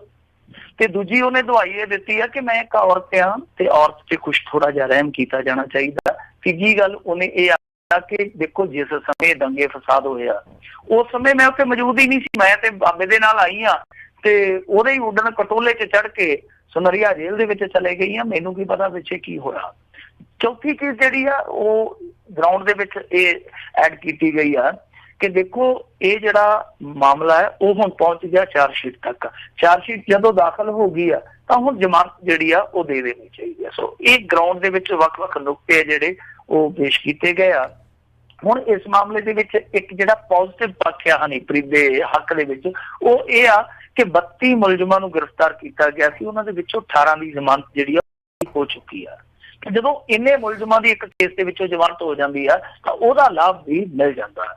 ਬਹਰਹਾਲ ਉਮੀਦ ਬੜੀ ਆ ਹਨੀਪ੍ਰੀਤ ਨੂੰ ਕਿ ਉਹਨੂੰ ਸ਼ਾਇਦ ਬੇਲ ਮਿਲ ਜਾਏਗੀ, ਪਰ ਅੱਜ ਦੀ ਤਰੀਕ ਦੇ ਵਿੱਚ ਇਹ ਸੁਣਵਾਈ ਹੈ ਜਿਹੜੀ ਉਹ ਨੇਪਰੇ ਨਹੀਂ ਚੜ ਸਕੀ। ਸ਼ਾਇਦ ਕੱਲ ਨੂੰ ਸੰਭਵ ਹੈ ਕਿ ਇਸ ਬੇਲ ਤੇ ਫੈਸਲਾ ਆ ਜਾਵੇ। ਫੈਸਲਾ ਇਹੀ ਆਉਣਾ ਕਿ ਬੇਲ ਮਿਲਦੀ ਹੈ ਬੀਬੀ ਨੂੰ। ਜੇਲ੍ਹ ਤੇ ਹੁਣ ਹੈਗੀ ਆ ਕਿ ਆਪਾਂ ਕਹਿ ਨਹੀਂ ਸਕਦੇ ਕਿ ਜੇਲ੍ਹ ਮਿਲੇਗੀ ਜਾਂ ਬੇਲ ਮਿਲੇਗੀ, ਜੇਲ੍ਹ ਤਾਂ ਫਿਰ ਹੈ ਹੀ ਹੈ। ਪਰ ਇਹਨਾਂ ਨੇ ਹੁਣ ਜਿਹੜਾ ਵਕੀਲ ਲਿਆਂਦਾ, ਵਕੀਲ ਕਾਫੀ ਤਗੜਾ, ਵਕੀਲ ਉਹੀ ਤਨਵੀਰ ਅਹਿਮਦ ਆ ਜਿਹਨੇ ਅਰੂਸ਼ੀ ਤਲਵਾਰ ਦਾ ਕੇਸ ਲੜਿਆ ਸੀਗਾ। ਸੋ ਉਸ ਕੇਸ ਨੂੰ ਤੁਹਾਨੂੰ ਪਤਾ ਹੀ ਆ ਕਿ ਬਹੁਤ ਪੜਾਵਾਂ ਚੋਂ ਗੁਜ਼ਰਨਾ ਪਿਆ ਸੀ ਤੇ ਅੰਤ ਦੇ ਵਿੱਚ ਅਰੂਸ਼ੀ ਦੇ ਮਾਤਾ ਪਿਤਾ ਨੂੰ ਇਸ ਵਕੀਲ ਨੇ ਜੇਲ੍ਹ ਚੋਂ ਕਢਵਾ ਦਿੱਤਾ ਸੀਗਾ। ਸੋ ਵਕੀਲ ਵੀ ਤਗੜਾ ਕੀਤਾ ਇਹਨਾਂ ਨੇ। ਹੁਣ ਗਰਾਊਂਡ ਦੇ ਵਿੱਚ ਜੋ ਨੁਕਤੇ ਸ਼ਾਮਲ ਕੀਤੇ ਗਏ ਬੇਲ ਦਾ ਜਿਹੜਾ ਗਰਾਊਂਡ ਆ ਉਹ ਨੁਕਤੇ ਵੀ ਪ੍ਰਭਾਵਸ਼ਾਲੀ ਆ। ਕਿਤੇ ਨਾ ਕਿਤੇ ਸਭ ਤੋਂ ਵੱਡੀ ਗੱਲ ਤੇ ਇਹੋ ਹੀ ਆ ਕਿ ਇੰਨੇ ਬੰਦਿਆਂ ਨੂੰ ਜ਼ਮਾਨਤ ਮਿਲ ਚੁੱਕੀ ਆ, ਪਰ ਫਿਰ ਵੀ ਜਿਹੜਾ ਅੰਤਲਾ ਫੈਸਲਾ ਕਰਨਾ ਉਹ ਕੋਰਟ ਨੇ ਕਰਨਾ। ਸੋ ਦੇਖੋ ਹੁਣ ਜਿਵੇਂ ਅੱਗੇ ਕਿਹਾ ਮੈਂ, ਬੇਲ ਮਿਲਦੀ ਆ ਜਾਂ ਜੇਲ੍ਹ ਹੀ ਮਿਲਦੀ ਆ, ਇਹ ਸਮਾਂ ਜਿਹੜਾ ਨਿਸ਼ਚਿਤ ਕਰੂਗਾ। ਜੀ ਜੀ ਅਗਲੀ ਆਪਾਂ ਮਿੰਟੂ ਜੀ ਜਾਂਦੇ ਜਾਂਦੇ ਗੱਲ ਕਰੀਏ ਵੀ ਕਹਿੰਦੇ NRI ਮੁੰਡਿਆਂ ਨੇ ਹੜਦੰਗ ਮਚਾਇਆ। ਪਤਾ ਨਹੀਂ ਕੀ ਚੱਲਿਆ ਕਿ ਉੱਥੇ ਜਦੋਂ ਰਹਿੰਦੇ ਆ ਬਾਹਰਲੇ ਮੁਲਕਾਂ 'ਚ ਬੜੇ ਸਿਆਣੇ ਬਣ ਕੇ ਰਹਿੰਦੇ, ਸਾਊ ਬਣ ਕੇ ਰਹਿੰਦੇ, ਇੱਥੇ ਆਉਂਦੇ ਤੇ ਨਾਲ ਦੀ ਨਾਲ ਜਿਹੜੀ ਸ਼ਰਾਫਤ ਜਿਵੇਂ ਨਾ ਸ਼ਰਾਫਤ ਛੋੜਦੀ ਮੈਨੇ ਤਾਂ ਫਿਰ ਇੱਥੇ ਆ ਕੇ ਸ਼ਰਾਫਤ ਛੱਡ ਦਿੰਦੇ। ਕਈ ਵਾਰੀ ਆ ਮੁਹਾਲੀ ਦੇ ਵਿੱਚ ਪਿਛਲੇ ਸਾਲ ਕੀ ਹੋਇਆ ਸੀਗਾ ਕਿ ਕੈਨੇਡਾ ਦੇ ਵਿੱਚੋਂ ਆਏ ਪਿਓ ਪੁੱਤ ਨੇ ਉੱਥੇ ਮਜ਼ਮਾ ਲਾ ਦਿੱਤਾ ਸੀਗਾ। ਰਾਤ 1:30 ਵਜੇ ਦਾ ਟਾਈਮ, ਬੋਰਨਟ ਤੇ ਬੋਤਲਾਂ ਖੋਲ ਕੇ ਰੱਖ ਲਈਆਂ, ਇੱਕ ਨਾਲ ਹੋਰ ਸੀਗਾ ਕੋਈ, ਉਹ ਵਿੱਚ ਕਈ ਵਾਰ ਐਵੇਂ ਵੀ ਫਸ ਜਾਂਦਾ ਕਿ ਤਾਇਆ NRI ਆਇਆ, ਉਹ ਤਾਏ ਦੇ ਨਾਲ ਚੜੇ, ਸ਼ਾਇਦ ਕਾਬੂ ਆ ਗਿਆ ਤਾਂ ਉਹ ਉੱਥੇ ਰੱਖ ਕੇ ਬੋਤਲਾਂ, ਜਿਵੇਂ ਗਾਣੇ ਅੱਜ ਕੱਲ੍ਹ ਤੁਹਾਨੂੰ ਪਤਾ ਹੀ ਆ, ਤਾਂ ਉਹ ਉੱਥੇ ਭੰਗੜੇ ਪਾਉਣ ਲੱਗ ਪਏ ਸੀ ਮੁਹਾਲੀ ਦੀਆਂ ਸੜਕਾਂ ਤੇ ਜਦੋਂ ਪੁਲਿਸ ਵਾਲੇ ਆਏ, ਦੇ ਤੇਰੇ ਦੀ ਲੈ ਤੇਰੇ ਦੀ, ਉਹਨਾਂ ਨੂੰ ਵੀ ਡਹਿ ਪਏ। ਤਾਂ ਅੰਤ ਨੂੰ ਇਹ ਹੋਇਆ ਕਿ NRI ਬਾਪ ਬੇਟੇ ਆ ਜਿਹੜੇ ਉਹ ਫਿਰ ਜੇਲ੍ਹ ਦੇ ਮਹਿਮਾਨ ਬਣ ਗਏ। ਤਾਂ ਇਹ ਵੀ ਮਾਮਲਾ ਕੁਛ ਐਸਾ ਵੈਸਾ ਹੀ ਆ। ਦੱਸਦੇ ਆ ਕਿ ਜਲੰਧਰ ਦੇ ਵਿੱਚ ਕੱਲ 3 ਵਜੇ ਦੇ ਕਰੀਬ, ਤੜਕੇ 3 ਵਜੇ ਦੇ ਕਰੀਬ ਇੱਕ ਕਾਰ ਜਿਹੜੀ ਸੀਗੀ ਉਹ ਜਾ ਕੇ ਕਿਸੇ ਚੌਂਕ 'ਚ ਟਕਰਾ ਗਈ। ਉੱਥੇ ਕੋਈ PCR ਵਾਲੇ ਫਿਰਦੇ ਸੀ ਕਿ ਭੱਜ ਕੇ ਉਹ ਆਏ। ਜਦੋਂ ਉਹ ਆਏ ਤੇ ਇਹ ਜਿਹੜੇ ਦੋ ਨੌਜਵਾਨ ਸੀ NRI ਸੀਗੇ, ਖਾਸ ਤੌਰ ਤੇ ਜਿਹੜੇ ਦੋਵੇਂ ਨਿਊਜ਼ੀਲੈਂਡ ਤੋਂ ਆਏ ਸੀਗੇ ਨੌਜਵਾਨ, ਇਹ ਪਹਿਲਾਂ ਟੁੱਲ ਹੋਏ ਪਏ ਸੀਗੇ, ਪਹਿਲਾਂ ਹੀ ਇਹ ਸ਼ਟਲੀ ਬਣੇ ਪਏ ਸੀਗੇ। ਜਦੋਂ ਪੁਲਿਸ ਵਾਲੇ ਆਏ ਤੇ ਉਹਨਾਂ ਨਾਲ ਵੀ ਖਹਿਪੜ ਪਏ। ਦੱਸਦੇ ਆ ਕਿ ਇੱਕ ਪੁਲਿਸ ਵਾਲੇ ਦੀ ਪੱਗ ਵੀ ਲਾ ਦਿੱਤੀ ਤੇ ਇਹਨਾਂ ਨੇ ਅੱਗੋਂ ਘਸੁੰਨਮੁਖੀ ਵੀ ਵਾਹਵਾ ਕੀਤੀ ਹੈ। ਪਰ ਬਾਅਦ ਦੇ ਵਿੱਚ ਜਦੋਂ ਹੋਰ ਪੁਲਿਸ ਆ ਗਈ ਤੇ ਇਹਨਾਂ ਨੂੰ ਨਰੜ ਲਿਆ ਗਿਆ, ਮੁੜ ਕੇ ਥਾਣੇ ਲਿਆਇਆ ਗਿਆ। ਹੁਣ ਰੌਲਾ ਇਹ ਪੈਂਦਾ ਪਿਆ ਕਿ ਦੋਵੇਂ ਨੌਜਵਾਨ ਆ ਜਿਹੜੇ, ਉਹ ਨਾਲੇ ਤਾਂ ਪੁਲਿਸ ਵਾਲਿਆਂ ਨੂੰ ਕੁੱਟ ਗਏ, ਨਾਲੇ ਹੁਣ ਪੁਲਿਸ ਵਾਲਿਆਂ ਤੇ ਦਬਾਅ ਬਣਾ ਰਹੇ ਆ ਕਿ ਰਾਜੀਨਾਮਾ ਕਰੋ। ਉਹਦਾ ਕਾਰਨ ਇਹ ਆ ਕਿ ਇੱਕ ਜਿਹੜਾ ਮੁੰਡਾ ਉਹ ਇੱਕ ਪੁਲਿਸ ਅਫਸਰ ਦਾ ਹੀ ਮੁੰਡਾ, ਪੁਲਿਸ ਅਫਸਰ ਦਾ ਹੀ ਨਾਂ ਲਿਆ। ਤਾਂ ਹੁਣ ਕੁੱਟ ਖਾ ਕੇ ਪੁਲਿਸ ਜਿਹੜੀ ਆ ਬੇਸ਼ਰਮ ਜੀ ਹੋਈ ਆਖੀ ਜਾਂਦੀ ਹੈ। ਉਹ ਨਹੀਂ ਜੀ, ਉਹ ਜਿਹੜੀ ਪੱਗ ਸੀ ਉਹ ਤੇ ਮੁੰਡਿਆਂ ਨੂੰ ਸੰਭਾਲਦੇ ਥੋੜੀ ਜਿਹੀ ਉਲਰ ਗਈ, ਇੱਧਰ ਉੱਧਰ ਹੋ ਗਈ, ਕੋਈ ਵੱਡੀ ਗੱਲ ਨਹੀਂ ਹੋਈ, ਕੋਈ ਖਾਸ ਨਹੀਂ। ਮੁੰਡਿਆਂ ਨੇ ਬਸ ਸ਼ਰਾਬ ਪੀ ਕੇ ਗੱਡੀ ਚਲਾਈ, ਉਹਦੇ ਲਈ ਆਪਾਂ 300 ਰੁਪਏ ਦਾ ਜੁਰਮਾਨਾ ਕਰ ਦਿੱਤਾ। ਇਹ 300 ਰੁਪਇਆ ਦੇ ਦੇਣਗੇ ਤੇ ਆਪਣੀ ਗੱਡੀ ਲੈ ਜਾਣਗੇ। ਮੈਨੂੰ ਲੱਗਦਾ ਕਿ ਸ਼ਾਇਦ ਉਹਨਾਂ ਕੋਲ 300 ਰੁਪਇਆ ਵੀ ਨਹੀਂ ਹੋਣਾ। ਸੋ ਲੱਗਦਾ ਇਹੋ ਹੀ ਆ ਕਿ ਮਾਮਲਾ ਜਿਹੜਾ ਉਹ ਦੂਸਰੇ ਪਾਸੇ ਬਦਲ ਦਿੱਤਾ ਗਿਆ। ਪਰ ਇੱਥੇ ਇੱਕ ਚੀਜ਼ ਵੇਖਣ ਵਾਲੀ ਆ ਕਿ ਦੇਖੋ, ਉਹ ਜਿਹੜਾ ਭਲਵਾਨ ਜਿਹਾ ਥਾਣੇਦਾਰ ਪਹਿਲਾਂ ਸੁਰਖੀਆਂ ਚ ਆਇਆ ਸੀ, ਅੱਜ ਤੋਂ 20-25 ਦਿਨ ਪਹਿਲਾਂ, ਉਹ ਵਿਚਾਰਾ ਇੰਨੇ ਕੁਝ ਹੀ ਰਗੜਿਆ ਗਿਆ ਸੀ। ਕਹਿੰਦੇ ਜੀ ਗਾਰਡ ਨੂੰ ਧੱਕਾ ਮਾਰਿਆ, ਨਾ ਉਹਨੂੰ ਕੋਈ ਝਰੀਟ ਲੱਗੀ, ਨਾ ਕੋਈ ਉਹਨੂੰ ਰਗੜ ਲੱਗੀ, ਉਹਨੂੰ ਹੋਰ ਨਹੀਂ ਤੇ ਨਸ਼ਾ ਛਡਾਊ ਕੇਂਦਰ ਚ ਲਿਜਾ ਕੇ ਸੁੱਟ ਦਿੱਤਾ। ਇਹ ਵੀ ਨਹੀਂ ਪਤਾ ਲੱਗਿਆ ਕਿ ਨਸ਼ਾ ਕਰਦਾ ਕੀ ਆ। ਅੱਜ ਤੱਕ ਲੋਕਾਂ ਨੂੰ ਇਹ ਵੀ ਨਹੀਂ ਪਤਾ ਲੱਗਿਆ। ਧੱਕਾ ਮਾਰੇ ਤੋਂ ਉਹਦੇ ਨਾਲ ਇੰਨਾ ਧੱਕਾ ਕਰ ਦਿੱਤਾ ਤੇ ਇੱਥੇ ਉਹ ਦਸਤਾਰ ਲਾ ਗਏ ਆ, ਪੱਗ ਲਾ ਗਏ ਆ, ਘਸੁੰਨ ਜਿਹੜੇ ਫਰੀ ਚ ਮਾਰ ਗਏ ਆ, ਤੇ ਫਿਰ ਵੀ ਪੁਲਿਸ ਕਹੀ ਜਾਂਦੀ ਹੈ ਨਹੀਂ ਜੀ ਉਹਨਾਂ ਨੇ ਕੋਈ ਡਿਊਟੀ ਚ ਵਿਘਨ ਨਹੀਂ ਪਾਇਆ, ਉਹਨਾਂ ਦੇ ਆਖਿਆ ਕੱਖ ਨਹੀਂ ਆ। ਇਸ ਕਰਕੇ ਕਿਉਂਕਿ ਇੱਕ ਮੁੰਡਾ ਜਿਹੜਾ ਉਹ ਇੱਕ ਪੁਲਿਸ ਅਫਸਰ ਦਾ ਮੁੰਡਾ, ਸੋ ਇਹੀ ਪੁਲਿਸ ਦੀ ਜਿਹੜੀ ਆ ਉਹ ਹਮੇਸ਼ਾ ਤੋਂ ਹੀ ਕਾਰਜ ਪ੍ਰਣਾਲੀ ਜਿਹੜੀ ਉਹ ਸ਼ੱਕੀ ਰਹਿੰਦੀ ਹੈ। ਕਿਉਂਕਿ ਜਦੋਂ ਇਹਨਾਂ ਦਾ ਹੇਠਲੇ ਪੱਧਰ ਦਾ ਕੋਈ ਮੁਲਾਜ਼ਮ ਡਿਊਟੀ ਕਰਦਾ, ਡਿਊਟੀ ਕਰਦੇ ਦੌਰਾਨ ਜਦੋਂ ਕੋਈ ਇਸ ਤਰ੍ਹਾਂ ਦੇ ਹਾਈ ਪ੍ਰੋਫਾਈਲ ਬੰਦੇ ਨਾਲ ਵਾਸਤਾ ਪਈ